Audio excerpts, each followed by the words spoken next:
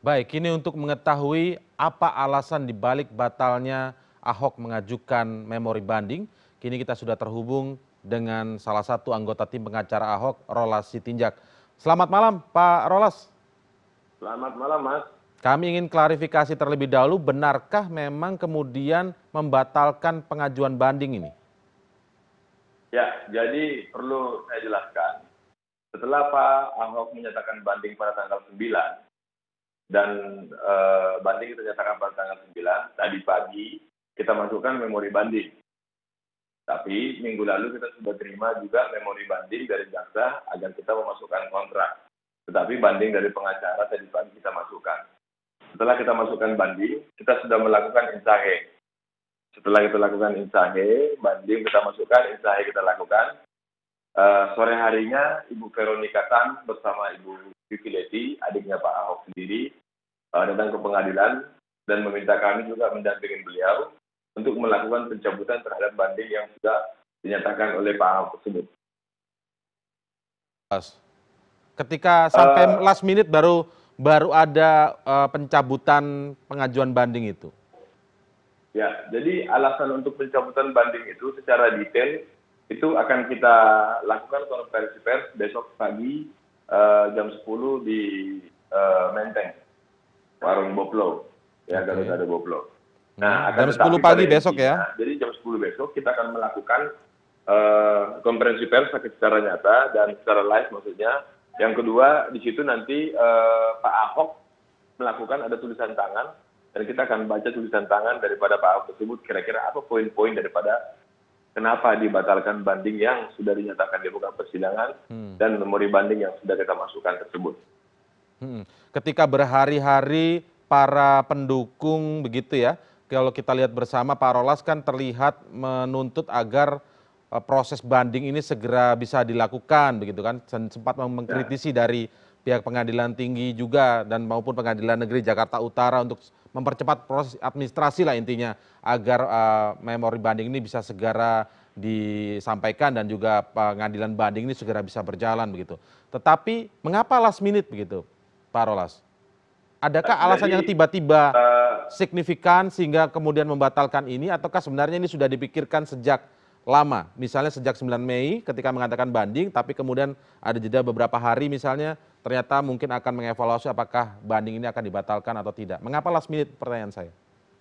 Jadi kalau dinyatakan itu mengapa last minute, saya kira itu bukan last minute. Seperti di hukum acara yang kita ketahui, untuk menyatakan banding itu di hukum acara pidana, untuk menyatakan banding itu diberikan 7 hari kepada JPU dan kepada terdakwa hasil putusan. Akan tetapi setelah dinyatakan banding, kita memasukkan memori banding. Nah, memori banding ini setelah dimasukkan, apakah memori banding bisa dicabut? Bisa. Kapan memori banding bisa dicabut? Sampai dengan putusan banding belum keluar, memori banding bisa dicabut. Nah, pertanyaannya sekarang adalah, kenapa last minute? Apakah Pak Ahok sudah memikirkan terlebih dahulu? Perlu kita ketahui secara bersama, perkara yang dihadapi oleh Pak Ahok ini adalah perkara yang sangat antik, unik, dan sedikit aneh. Ya. Karena para pelapornya tidak pernah ada mendengarkan pidato tersebut, mereka hanya menonton video dan hasil tontonan YouTube tersebut dijadikan laporan. Yang kedua, dari 14 pelapor itu cuma 12 yang kita periksa di muka persidangan dan banyak sekali keanehan, keseragaman dan lain-lain. Nah, perlu saya jelaskan bahwasannya terhadap pencabutan banding ini, kami percaya Pak Ahok sudah memikirkan secara matang dan secara mendalam kenapa beliau sampai mencabut banding ini.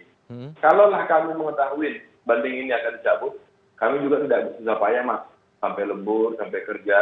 Nah, itu dia. Melakukan riset, melakukan banyak membuka literatur tentang penistaan agama, perkara yang serupa, baik di dalam maupun di luar negeri. Nah, Pak Ahok sudah berpikir secara dalam dan matang kenapa beliau sampai melakukan pencabutan tersebut. Inti daripada pernyataannya Pak Ahok itu menurut kami, dugaan kami Mas ini, kami kan mengetahui isi hati klien kami, ini pasti yang terbaik buat pendukung Ahok, buat yang benci Ahok, dan buat masyarakat Indonesia. Karena kami percaya sampai sekarang, yang kami hadapi ini adalah bukan murni perkara hukum, tapi perkara hukum, perkara politik, dan perkara macam-macam sebagainya. Kira-kira demikian, Mas. Pak Rolas sendiri, tim kuasa hukum sendiri mungkin termasuk Pak Rolas, apakah memang sudah berbicara langsung tentang pencabutan ini? Ketika ini sudah dicabut, tadi kan kita lihat hanya Bu Veronica begitu ya, dengan Ibu Vivi ya, yang termasuk juga dalam tim kuasa hukum begitu, walaupun perwakilan keluarga juga. Apakah sudah berbicara langsung dengan Pak Ahok, misalnya menanyai alasan mengapa mencabut banding ini? Jadi tadi juga tadi juga pas melakukan pencabutan, saya juga ada di situ. Ya, jadi sebelum kita melakukan pencabutan ini, kita juga sudah diskusi sama Pak Ahok di Makobrimob. Kita banyak diskusi, Pak Ahok dengar banyak masukan, saran dari teman, sahabat, dan pengacara. Jadi kita pengacara juga melakukan beberapa masukan kepada Pak Ahok, kalau banding begini, kalau nggak banding begini, akibatnya ini, akibatnya itu, yang terburuknya bagaimana, terbaiknya bagaimana. Sebagai profesional, seorang pengacara, kita selalu mengungkapkan kepada klien kita yang terburuk apa, yang terbaiknya apa, dengan terhadap banding ini. Nah, kita juga percaya ketika kita diskusi begitu, Pak Ahok tidak pernah takut terhadap ketika kita diskusi sama Pak Ahok, yang paling menarik adalah dia sangat concern terhadap orang-orang banyak yang melakukan aksi, yang melakukan penyalahan lilin, yang melakukan pengiriman bunga. Beliau sangat concern sekali. Ini bagaimana mereka disakitin apa enggak? Terus kenapa di Makassar rusuh? Kenapa di sana ada kerusuhan? Kenapa sampai begini? Kenapa sampai begitu? Bahkan beliau dalam hal memutuskan banding nggak banding ini, kami percaya ini keputusan beliau bukanlah keputusan kepribadian dia semata. Kalau kepribadian dia semata yang dia pikirkan, dia akan menyatakan banding tanpa ada yang aling-aling, dia akan banding dan dia akan melanjutkan proses persidangan ini. Bagaimana yang dinyatakan di muka persidangan. Maksudnya saya percaya bahwa Pak Ahok memberikan dampak yang lebih luas lagi di luar daripada. Jadi ada pertimbangan dari sisi Pak Ahok menurut Anda begitu ya, tidak hanya memikirkan tentang nasib hukumnya sendiri, tetapi dampaknya di luar, begitu? Betul, betul Mas. Tapi kalau soal misalnya untuk menemukan tentang kebenaran yang sebenar-benarnya, tentu saja bukankah ranahnya pengadilan. Apakah ini juga sempat disampaikan oleh tim kuasa hukum misalnya kepada Pak Ahok begitu, misalnya kalau memang ada sejumlah keanehan, kasus yang unik, ada kejanggalan seperti yang disampaikan Pak Rolas tadi, bukankah ranahnya adalah hukum itu sendiri untuk misalnya meluruskan masalah-masalah yang tidak yang janggal tadi, yang unik, yang aneh, yang politis misalnya bahkan. Bukankah ranahnya itu lebih baik adalah di ranah hukum, bukan berkembang dalam opini yang sekarang sepertinya tetap ada di masyarakat, kemudian sebagian pihak yakin Pak Ahok tidak bersalah, sebagian pihak yakin bersalah. Bukankah jalan yang terbaik adalah tetap pada koridor hukum itu sendiri, Pak Rolas? Ya. Jadi mungkin ada salah satu pendapat memang jalur hukum adalah jalur yang untuk menempuh sebuah kepastian terhadap sebuah persoalan hukum. Akan tetapi ada juga pendapat yang menyatakan bahwa yang kami hadapi ini sekarang dengan klien kami adalah bukan hanya persoalan hukum semata. Ini juga sudah persoalan-persoalan yang sangat politis, persoalan-persoalan yang di dalam imajinasi kami sebagai pengacara juga. Ketika tuntutan jaksa 156 diputus 156A huruf A, ini juga di luar imajinasi seorang pengacara. Kan kadang-kadang kita berimajinasi perkara ini seperti apa, terjadi apa, dan bagaimana gitu. Iya, perkirakan lah ya. Iya, jadi ini semua di luar imajinasi kita. Kita menghayal pun tidak ada dalam khayalan kita terhadap keputusan ini.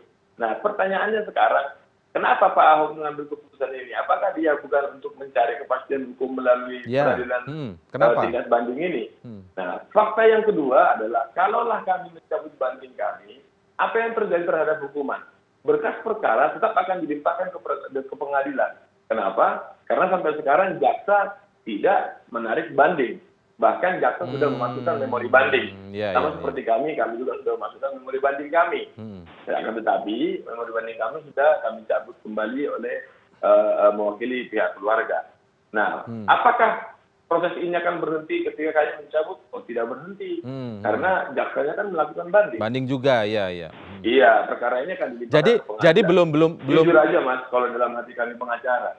Ya, kalau dalam kami pengacara, dalam subjektivitas kami berpikir, kami juga sudah meragukan juga keputusan pengadilan tinggi seperti apa.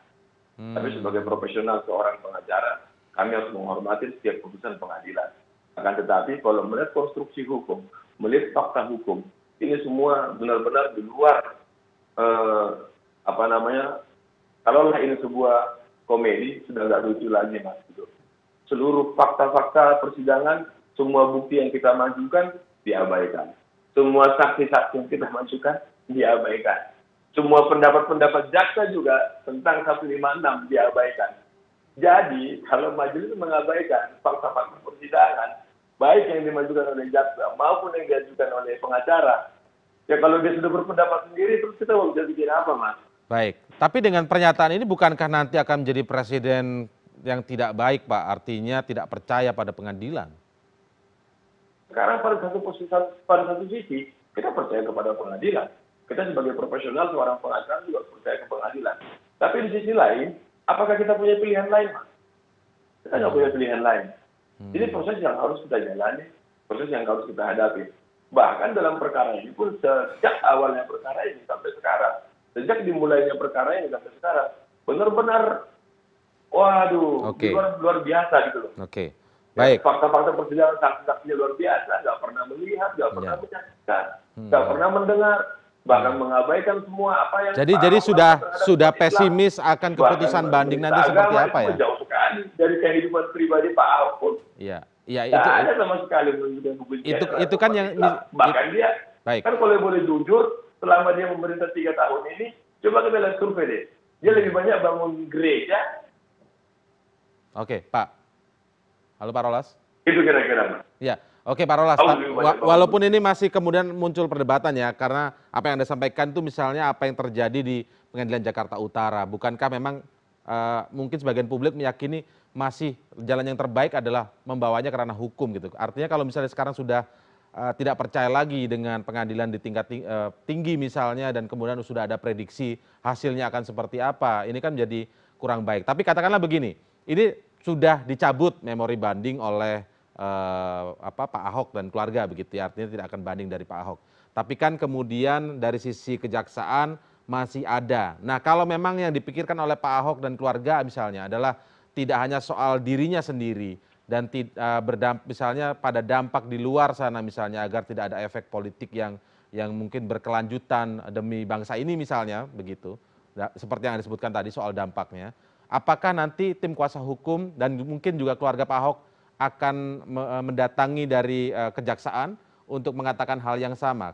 Kalau memang niatnya adalah, goalnya adalah tidak untuk melanjutkan proses hukum ini di tingkat banding. Jadi gini Mas, perlu saya garis bawahi. Kami bukan tidak percaya kepada pengadilan. Ya, seperti saya katakan tadi, kami percaya kepada pengadilan. Bahkan sebagai profesi seorang advokat, saya wajib percaya kepada pengadilan.